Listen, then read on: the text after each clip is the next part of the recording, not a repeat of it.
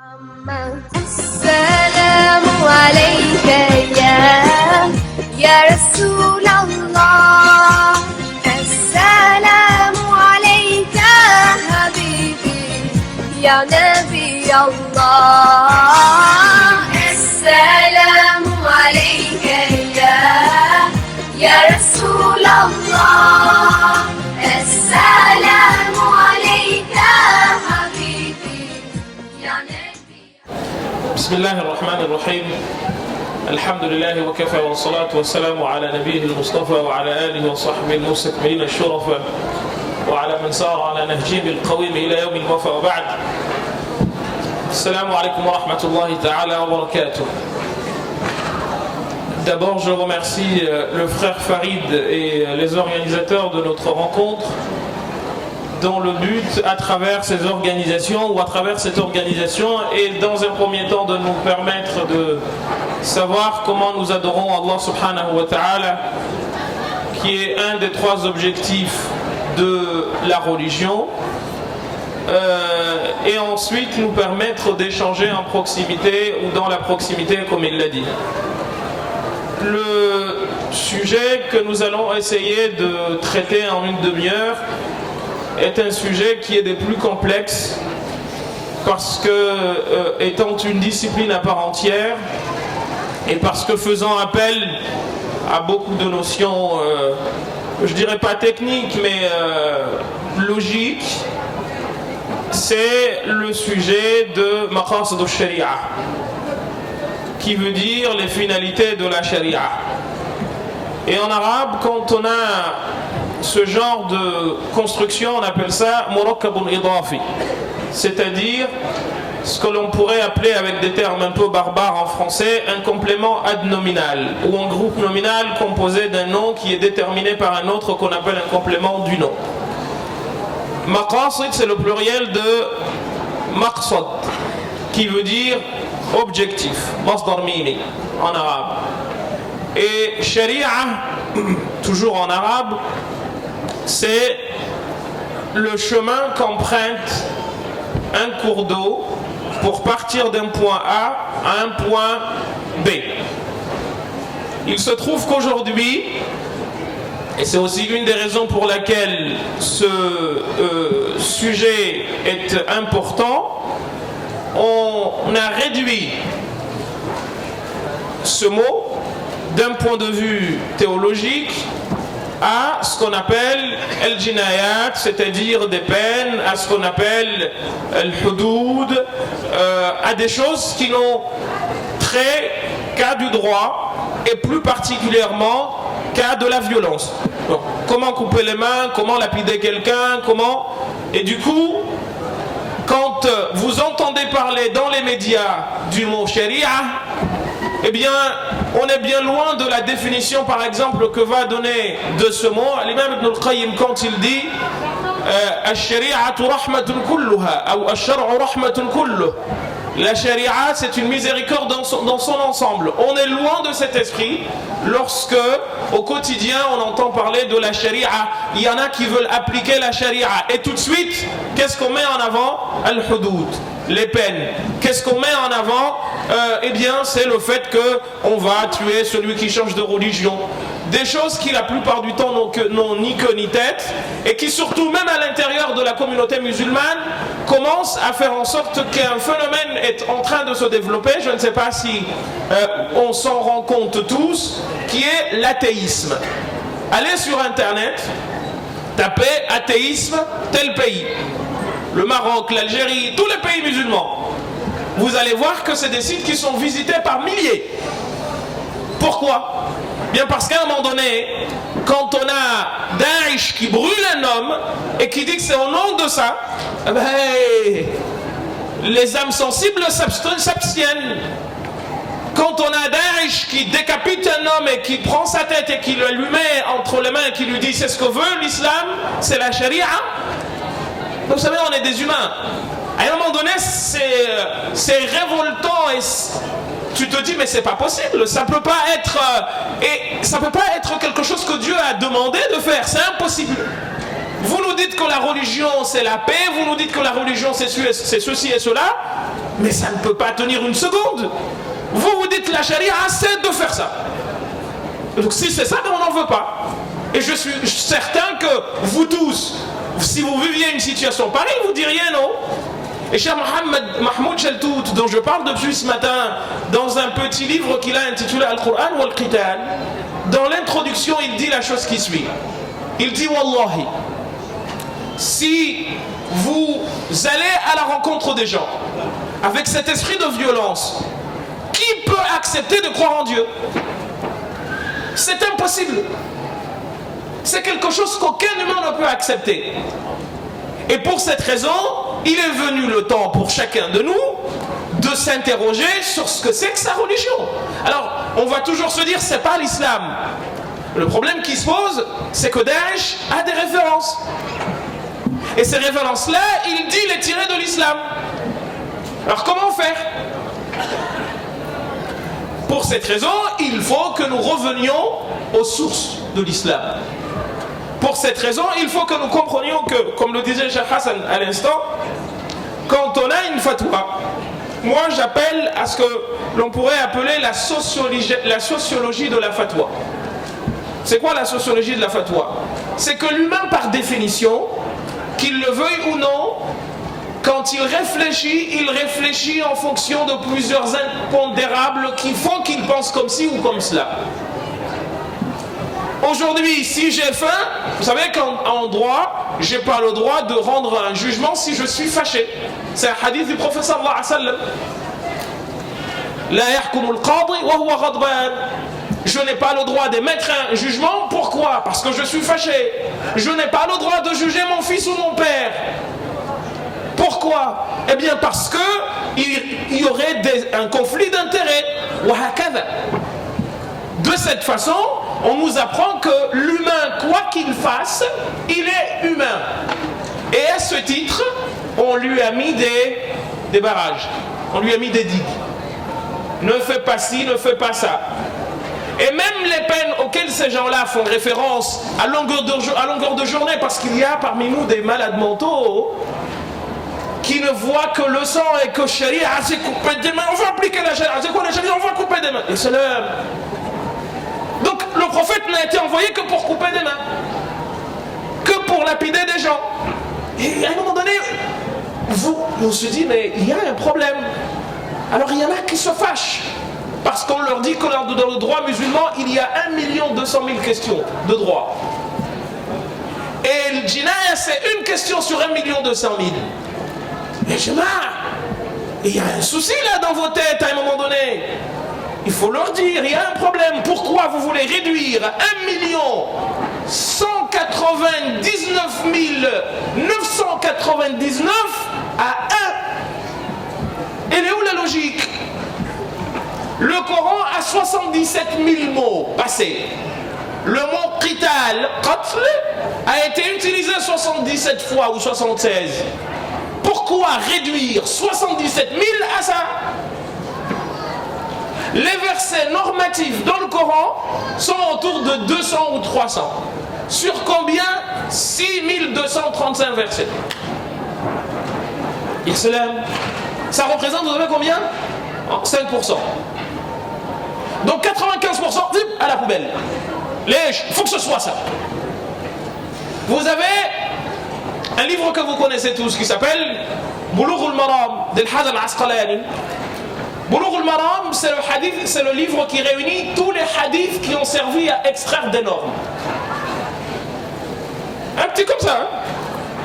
Bulugh al-Maram, 1500 à 1800 hadiths avec les répétitions. Sur combien de hadiths? 100 000. C'est-à-dire moins d'1%. À un moment donné, je pense que des fois je me dis, c'est peut-être moi qui suis un peu dérangé dans l'histoire. Donc, vous avez plus de 50 000 hadiths du prophète qui parlent de makarim al-akhlaq, la noblesse de caractère. On n'en parle pas du tout, il faut couper des mains. Est-ce que c'est moi qui suis un peu dérangé dans l'histoire ou il y a un souci? Donc, pourquoi réduire la charia, dont je vais donner la définition technique maintenant, à cela? Et de là, il faut que nous revenions aux sources. Fama sharia, c'est quoi la sharia du coup depuis? Il y a une définition globale en islam et une définition globale en fiqh. La définition globale de l'islam c'est quoi? La sharia, c'est par définition l'ensemble de ce que le prophète a appris aux compagnons à travers le hadith de Jibril. C'est lequel? An Omar ibn al-Khattabi. Et tout le monde le connaît. Le hadith que Omar ibn al-Khattab a recueilli.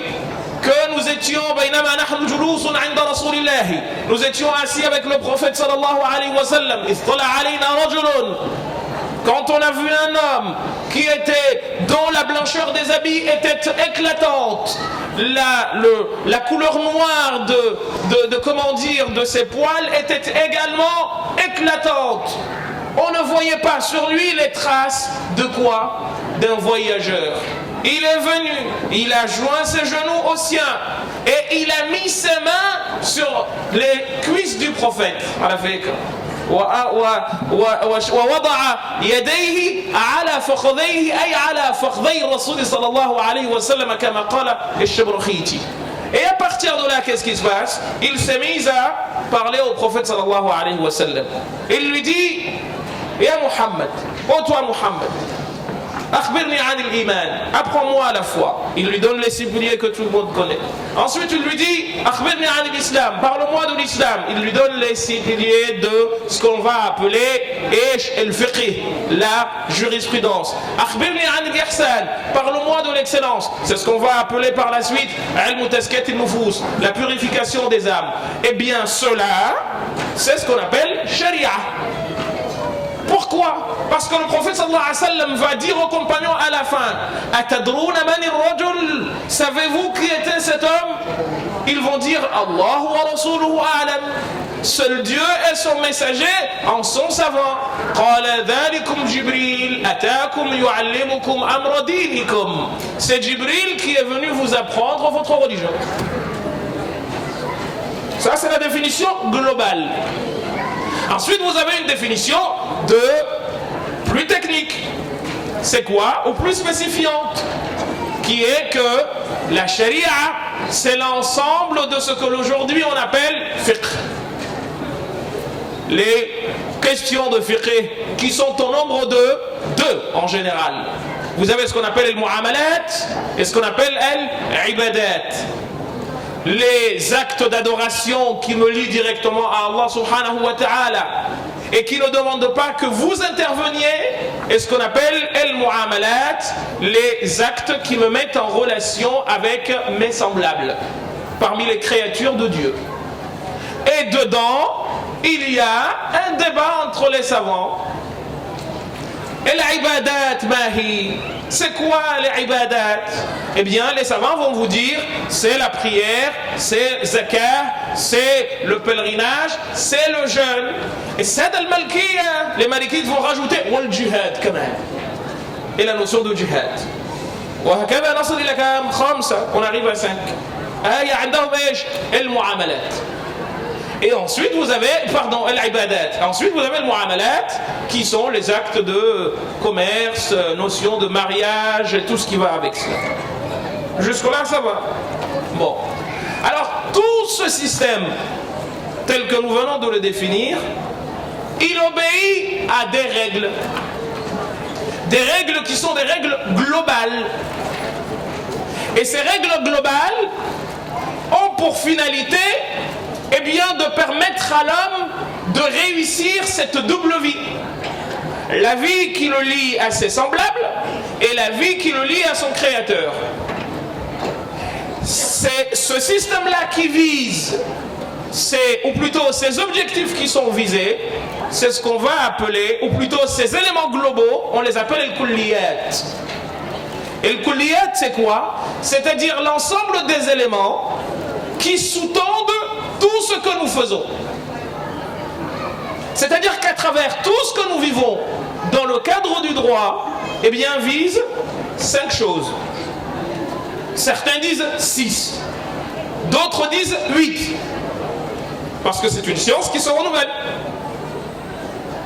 Et Ces 5-là, on les appelle Al-Kulliyatul Khamsa, les 5 globaux, les 5 objectifs globaux, ou on les appelle également Maqasid al-Sharia, les objectifs, les finalités de la Sharia, dans la deuxième définition que nous avons donnée, ou on les appelle Al-Maqasid al-Uliya, les objectifs suprêmes.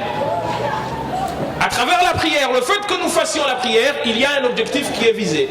Donc la prière n'est pas un objectif, la prière est un moyen. Le jeûne n'est pas un objectif, le jeûne est un moyen.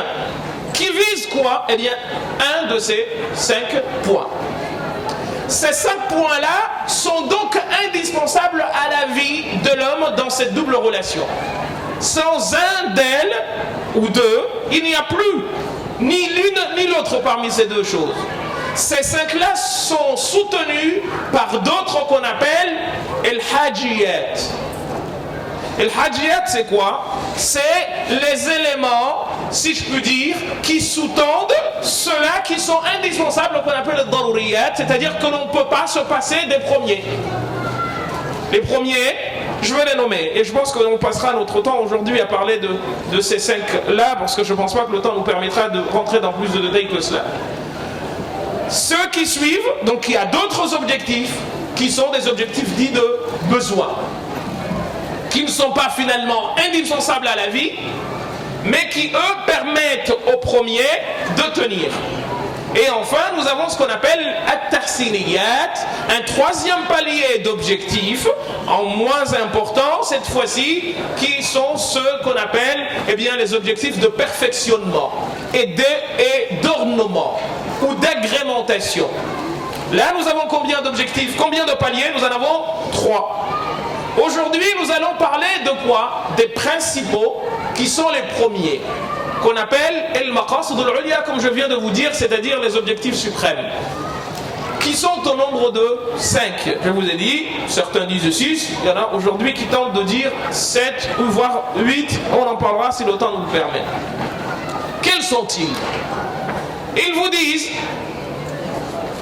que, en fait, quand on regarde la loi divine, quand on regarde les révélations, l'homme a toujours, à travers celle-ci, eu comme objectif, a toujours eu comme finalité ces 5 choses-là, quelle que soit la religion révélée.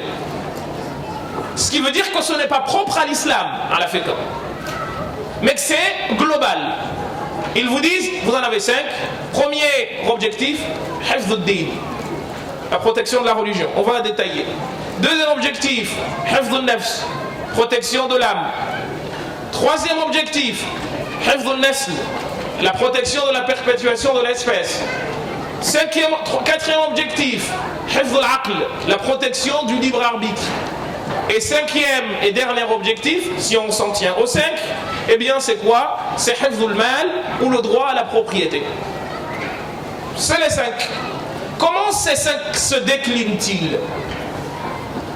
Ils se déclinent de la façon qui suit. La notion de din, c'est un mot qui en arabe a 4 définitions. Je serais curieux, si je voulais vous embêter, de vous demander de me les définir. Et les 4 sont dans le Coran. Parce que généralement, quand on le dit, on n'en cite qu'un. On cite celui dont le prophète a parlé dans le hadith de Jibril tout à l'heure. Alors que din dans l'islam, quand Dieu dit lakum dinukum waliya din, c'est pas la même chose que la religion dont on pense parler quand on dit din. Din en arabe, ça peut signifier millah. Et c'est pour cette raison qu'il dit lakum dinukum waliya din. L'arabe Quraysh, ils n'avaient pas, les Quraysh n'avaient pas de religion.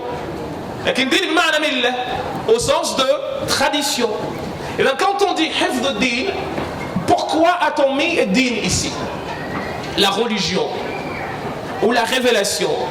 Eh bien parce que, contrairement à ce qui est dit aujourd'hui, quand on entend des philosophes qui disent « Oui, mais vous savez, il faut balayer les religions parce que les religions ont toujours été source de guerre. » Je vous invite à leur parler scrupuleusement et sérieusement et sincèrement de la manière qui suit. Quelle religion a causé la Première Guerre mondiale? Et quelle religion a causé la Seconde?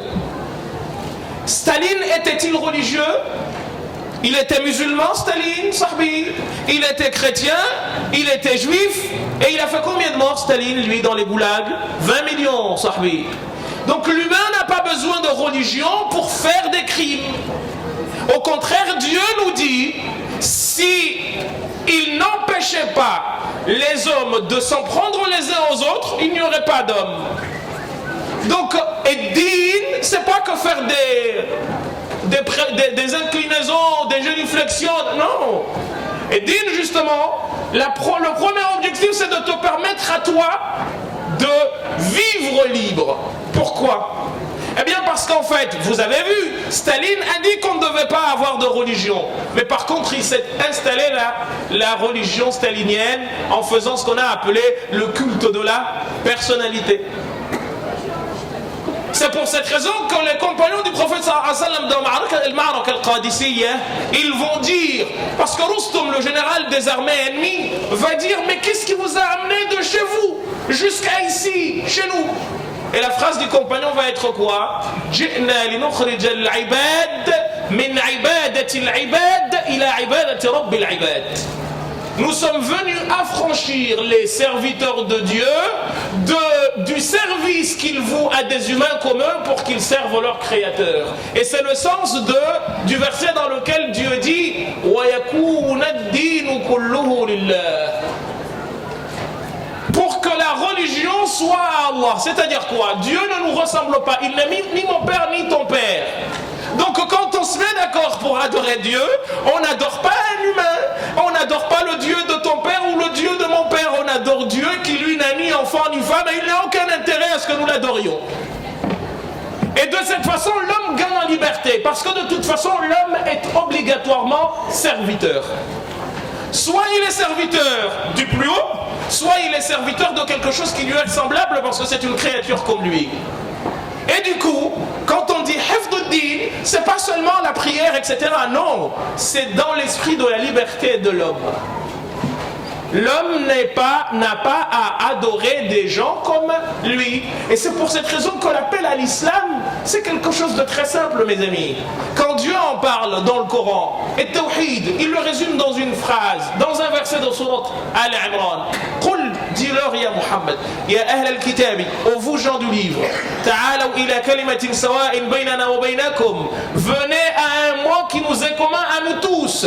Allah na'buda illa Allah, que nous n'adorions personne à part Allah. Wa la yattakhidha ba'duna ba'dan arbaban min dunillah. Allah na'buda illa Allah, que nous n'adorions personne à part Allah subhanahu wa ta'ala. Wa la nushrika bihi shay'an, que nous ne lui associons personne.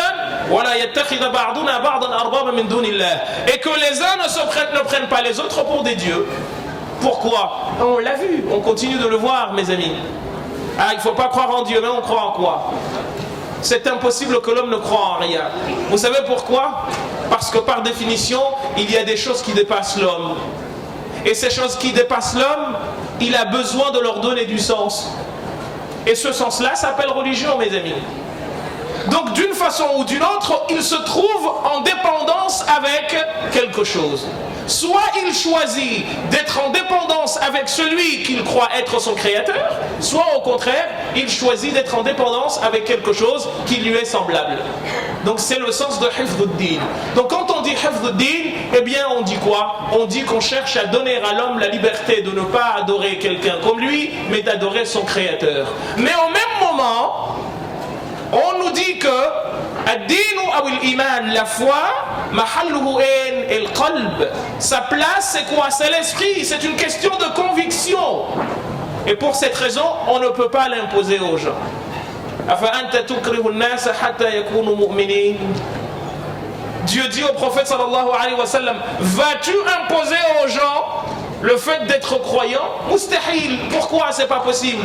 Parce que si je vous impose l'islam, eh bien vous allez montrer l'islam alors qu'à l'intérieur vous ne le montrez pas. Et du coup vous êtes dans quelle situation? On appelle an-nifaq, l'hypocrisie. C'est la raison pour laquelle hifduddin est en premier lieu, et on dit c'est la liberté de croire ou de ne pas croire. Par contre la méthode de Daesh, tu es musulman ou on te zigouille. Et cela, Et le prophète, il a dit ça où? Et le Coran, il est où dans le Coran? Il est où? Et du coup, qu'est-ce qu'ils font? Ils prennent les versets du Coran. Il faut combattre les gens. Hatta yakuna ad-dinu kulluhu lillah. Ils vont dire non, mais c'est pas ça le but. Non, hatta yakuna ad-dinu kulluhu lillah, c'est dans le sens où les humains n'adorent pas des humains comme eux. Mais ça ne veut pas dire que tu dois imposer à toi ce que tu veux. Abadan. C'est pour que les humains deviennent libres et qu'aucun homme n'en adore un autre. Un point à la ligne. Mais dinu lillah, ça ne veut pas dire qu'il faut que tu crois en Dieu tel que les musulmans le veulent. Abadan. C'est pas ce que ça veut dire. Et d'ailleurs, si tu prends ici à Krosibar, tu t'aperçois que c'est pas ce que Dieu veut. Et du coup, qu'est-ce qu'ils font? Il y a, comme l'a dit l'imam al-Razi, il y a des versets dans lesquels Dieu a parlé de la notion de qital. Il y en a deux, précisément. Vous savez ce qu'ils ont fait? À chaque fois que Dieu parle de la, de la nécessité de dialoguer, etc. Il y a un verset après qui parle de qital. Dans les deux cas, ils ont dit non, le second a abrogé le premier. Et l'imam al-Razi dit mais c'est pas une logique. Sur quelle base vous raisonnez comme ça? Ça repose sur quoi? Rien du tout. Donc à chaque fois Dieu a parlé et comme par hasard il annule ce qu'il a dit. Donc ça ne tient pas la route. Et then hifdud-din, c'est donner à l'homme la liberté de croire ou ne pas croire. Et dans ce sens Dieu dit dis-leur la vérité vient de leur Dieu, de votre Seigneur. Celui qui veut croire qu'il croit, et celui qui ne veut pas croire qu'il ne croit pas. Mais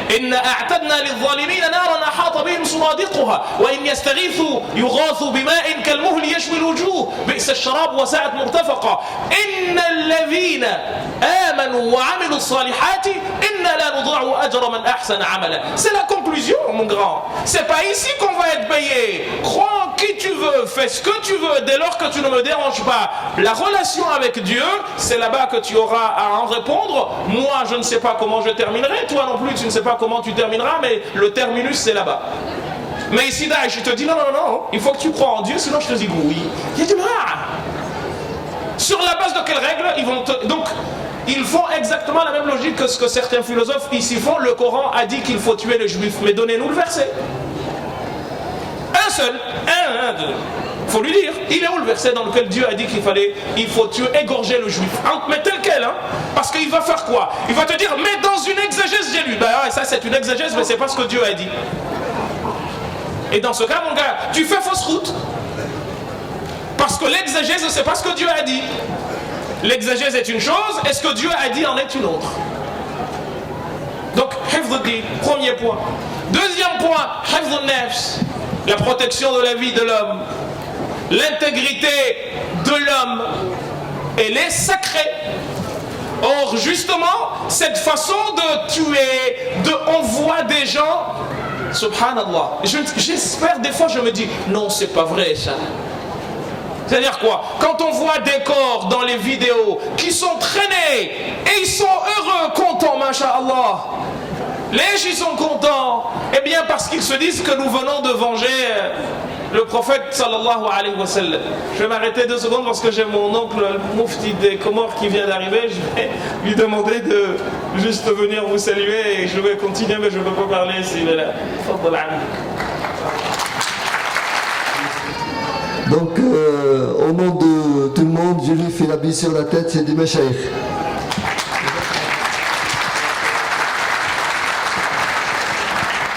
Juste une petite parenthèse, vous avez quelqu'un de très humble, mais c'est un des premiers azharites des années 60, au temps de Cheikh Al-Qaradawi, diplômé en Sharia et Qanoun.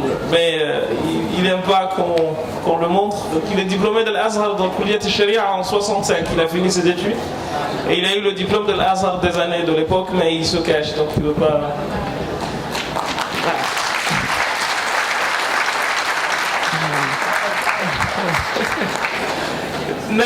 Donc nous allons parler donc sous son contrôle, même s'il ne comprend pas le français, donc je peux dire ce que je veux. Mais attention, il est venu quand il a fait ses études à l'Azhar, il est venu à la Sorbonne pour faire un an de français. Il ne peut pas traduire. Donc nous disions, je me rappelle même plus, vous allez m'excuser parce que j'étais en train justement de parler de nafs, la protection de l'âme humaine. Et nous disions que, je disais que quand on voit les images ô combien dures et difficilement supportables, tu vois des gens qui traînent des corps, etc. Je me dis, mais non, pourvu que ce soit pas la réalité, que ce soit un cauchemar. Mais non, ils sont tout contents. Alors que justement, le prophète sallallahu alayhi wa sallam, à la mort de Hamza, quand les conditions dans lesquelles Hamza s'était fait traiter, ils l'ont mutilé, ils lui ont ouvert le corps, ils lui ont sorti, mais des choses incroyables. Le prophète avait décidé, Wallahi, nous allons leur faire la même chose, voire pire. Mais le Coran a été révélé pour dire, mais mon grand, c'est pas toi qui fais ce que tu veux. Tu n'as pas le droit de faire ce qu'eux ont fait. Pour dire non, stop. Stop, tu n'as pas le droit de faire. Alors que lui, il avait décidé, c'est dans les hadiths, il avait décidé de leur faire la même chose. Et au fond, il n'aurait fait que, leur rendre la monnaie de leurs pièces. Mais comme justement on n'a pas le droit de se conduire injustement parce que certains l'ont fait, eh bien le Coran lui a dit, non, tu n'as pas le droit de faire ce qu'ils ont fait. Donc on n'a pas le droit de mutiler les gens. On n'a pas le droit de leur enlever les issues. Ce qui fait que, wallahi, des fois tu regardes, tu te dis, mais il n'y a rien, c'est Iblis, il n'y a rien d'autre. C'est-à-dire que quand vous revenez au Coran, quand Dieu nous dit, eh bien quand on vous traite, quand quelqu'un vous fait tort, vous fait un tort, eh bien répondez mais de manière équitable. Et surtout, wala ta'tadu, à chaque fois, ne dépassez pas la limite. On vous a donné une. D'ailleurs, même les choses que l'on ne peut pas quantifier, c'est difficilement réparable. On m'a donné une gifle, mais tu vas m'en donner une qui va m'arracher les dents. Comment on va payer cela? Donc, c'est des choses claires et c'est pour ça que Dieu va dire œil pour œil. Parce qu'un œil, on sait qu'il y en a un. Une oreille, on sait qu'il y en a une. Mais si tu me donnes une gifle, comment je peux répondre par une gifle? C'est quoi l'unité de mesure? Donc ces gens-là, ils ont encore une fois coupé le Coran, mais ils sont en train de le massacrer comme c'est pas permis. C'est pour ça qu'il faut que nous libérions le Coran des mains de ces gens-là. Parce qu'il n'y a aucune éthique, il n'y a rien. Les objectifs dont on parle, l'objectif, il n'y a rien d'autre. Et donc, hifdhun nafs, c'est quelque chose de sacré. La vie humaine, Dieu va nous dire dans le Coran que, pour cela, eh bien, qu'est-ce qu'on a fait? On a dit aux gens, aux enfants d'Israël, que quiconque va faire vivre une âme, c'est comme s'il avait fait vivre toute l'humanité. Et quiconque va en enlever une sans raison, c'est comme s'il avait tué toute l'humanité. C'est cela la règle. C'est ce que le prophète va faire pendant 23 ans. Mais aujourd'hui, tu fais telle chose, on te tue. Celui qui change de religion, tuez-le. Mais est-ce qu'on vous a déjà dit que Omar ibn Khattab était contre cet avis? Est-ce qu'on vous a déjà dit qu'Omar ibn Khattab, lui, pour quelqu'un qui fait apostasie, pour lui, il doit être emprisonné toute sa vie? Mais on n'a pas le droit d'intenter à sa vie. هذا فهم عمر بن الخطاب وفهم إمام الأئمة إبراهيم النخعي. Mais ça on ne vous dit pas. Deuxième point, le hadith il fait l'objet de débat. Parce qu'il est en opposition directe avec des versets du Coran qui eux sont qata'i thubut. Et du coup certains savants disent non. Ils le remettent en cause. Parmi les plus grands savants de l'islam comme Ibn Abu Hanifa et d'autres. Et donc on te dit non, quand on a insulté le prophète sallallahu alayhi wa sallam, il faut le zigouiller. L'imam Abu Hanifa, comme c'est dans le Tahawi, il va dire mais comment allons-nous tuer quelqu'un? Comment pouvons-nous tuer quelqu'un parce qu'il a insulté le prophète sallallahu alayhi wa sallam? Les gens lui ont dit mais oui, il l'a insulté. En Afrique, la majorité des savants musulmans dit qu'il faut le tuer. Mais l'imam Abu Hanifa dit non, manfa'sh. Il dit comment pouvez-vous prendre une décision pareille alors que le fait qu'ils disent qu'ils ne croient pas au prophète, c'est déjà l'insulter parce qu'on le traite de menteur. Or Dieu n'a pas demandé à ce qu'on nous tuions la personne qui n'est pas musulman. Donc pourquoi allons-nous le tuer alors qu'il a déjà fait pire, qui est d'accuser le prophète sallallahu alayhi wa sallam de menteur, et pourtant le Coran n'appelle pas à ce qu'on le tue. Et ça c'est la vie de l'imam Abu Hanifa. Mais on ne vous le dira jamais. Parce qu'il y a une vision sanguine du monde. Il faut prendre et casser la tête, le couper. Parce qu'il y a une folie sanguine. Et le problème, comme je vous ai dit, c'est que nos enfants s'éloignent de plus en plus de l'islam. Parce que si votre religion c'est couper des têtes, c'est traîner des... Ben on n'en veut pas. On n'en veut pas. Et personne ne va aimer la religion d'Allah. Pourquoi? Parce que lui-même il nous a dit qu'il nous a fait aimer la religion. Il n'a pas dit qu'il nous l'a imposé, non, Habbaba, il vous a fait aimer. وَزَيَّنَهُ فِي قُلُوبِهِمْ, et il l'a rendu belle dans leur cœur. Et il a fait quoi? وَكَرَّهَ إِلَيْهِمُ الْكُفْرَ وَالْفُسُوقَ وَالْعِصْيَانَ. Et il a fait détester la mécréance et la turpitude. Et nous, qu'est-ce qu'on fait? Non, non, non, non. Il faut que vous le fassiez. On leur fait détester la foi, alors que le contraire, c'est de faire aimer la foi aux gens pour que les gens embrassent la religion d'Allah. Donc, nafs, c'est quelque chose de fondamental. Et c'est pour cette raison que, quand justement un de ces points-là est visé, on fait sauter les règles. Qaïda Usuli a dit quoi? Chez les Shawafi'a, on dit que toute la jurisprudence repose sur 5 règles. خمس محررة قواعد مذهبي للشافعي فكن بهن خبيرا ضرر يزال وعادة قد حكمت كذا المشقة تجلب التيسير والشك لا ترفع به متيقنا والخلص أقصد إن أردت أجورا. 5 يا جماعة. 5. On te dit quoi? Quand il y a une difficulté, eh bien, quand la norme se rétrécit, c'est qu'elle devient large. Ben on te dit c'est haram de boire de l'alcool, oui, mais si tu es dans une situation de vie ou de mort et que tu es atteint d'une soif incroyable, tu bois l'alcool, parce que ta vie est menacée. Or, boire l'alcool c'est interdit, mais nous avons un daroura, nous avons un objectif suprême qui est quoi? Il faut protéger ta vie.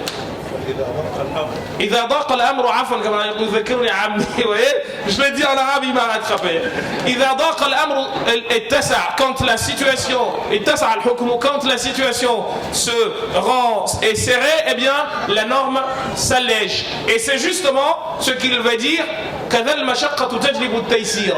La difficulté exige qu'il y ait de la facilité. Non, non, non, non, il ne faut pas faire ça. Il faut que nous soyons comme ça. Il n'y a rien de plus important. Et c'est pour cette raison qu'Allah subhanahu wa ta'ala va nous mettre des peines. Les peines n'ont pas pour mission de tuer les gens. En exécutant les peines, vous sauvez les vies. Donc si en exécutant des peines on sauve des vies, ça ne sert à rien d'exécuter des peines. Le fou qui va tuer quelqu'un, on le tue? Non. Parce que lui, il n'a pas fait volontairement. Par contre, on va l'emprisonner pour pas qu'il refasse la même chose. Donc le but n'est pas de faire couler le sang, non. Le but c'est de faire en sorte que l'âme, l'intégrité de la vie humaine ne soit pas touchée. 3e point, la protection du libre arbitre. C'est-à-dire quoi? Donner à tout un chacun eh bien, la possibilité de réfléchir par soi-même. C'est pour cette raison que l'on va interdire l'alcool. Que toute chose qui te rend maboule, eh bien, est interdite. Tout simplement. Donc, dans tout ce que vous vivez au quotidien, là, nous sommes déjà à 3 règles. Il faut prendre ces choses-là et les mesurer par rapport à ces 3-là. Quel est l'objectif à travers ce que je suis en train de faire? 4e point, le droit à la propriété privée. C'est quoi? Eh bien, j'ai le droit de posséder. Ça, c'est à moi. On me le reconnaît, le droit de posséder. C'est pas dans le communisme où rien n'appartient à personne soi-disant, alors que ça appartient à Vladimir Ilyich Ulyanov dit Lénine, ou ça appartient à Joseph Djougaville dit Lénine. Parce que finalement, c'est lui le leader suprême. Non, non, non, ça c'est à toi. Tu as tes droits qui sont garantis là-dessus. Avant, c'était pas le cas. 5e et dernier point, la perpétuation de l'espèce. Donc on te dit zina, c'est interdit parce qu'on ne sait pas qui est de qui. Et à partir de là, vous pouvez mesurer tout ce que vous voulez par rapport à quoi? Eh bien par rapport à tout ce qu'il nous est demandé de faire. Et au fond, ce qui est visé, c'est ces objectifs-là. Le reste nous est demandé comme moyen pour les réaliser. Donc, si nous sommes dans une situation, parce que c'est la question qui revient souvent, donc maintenant on vous dit, la charia, du coup, je vous la pose en provoquant, où ces 5 objectifs vous sont-ils garantis plus que dans n'importe quel autre pays? Je reformule ma question pour vous embêter. Ces 5 objectifs-là, vous pouvez les réaliser où à l'heure où je vous parle là? Répondez-moi. Ici? J'ai pas entendu. Est-ce qu'il y a un endroit dans le monde où vous pouvez atteindre ces 5 objectifs-là? Est-ce que vous allez, je ne citerai pas de nom de pays, mais est-ce qu'il y a pas des pays dont on dit qu'ils sont musulmans, dans lesquels et nafs n'est pas protégé? Tu rentres de chez toi, tu vas en Irak aujourd'hui, tu pars de Bagdad, tu pars de chez toi à Bagdad, est-ce que tu es sûr de rentrer ou pas? Et est-ce que l'objectif de Hifz al-Nafs est réalisé? Donc est-ce que la charia est appliquée? Quand bien même on se dit qu'on s'appelle Abu Bakr al-Baghdadi. Bon, je vais m'arrêter là. Wassalamu alaikum.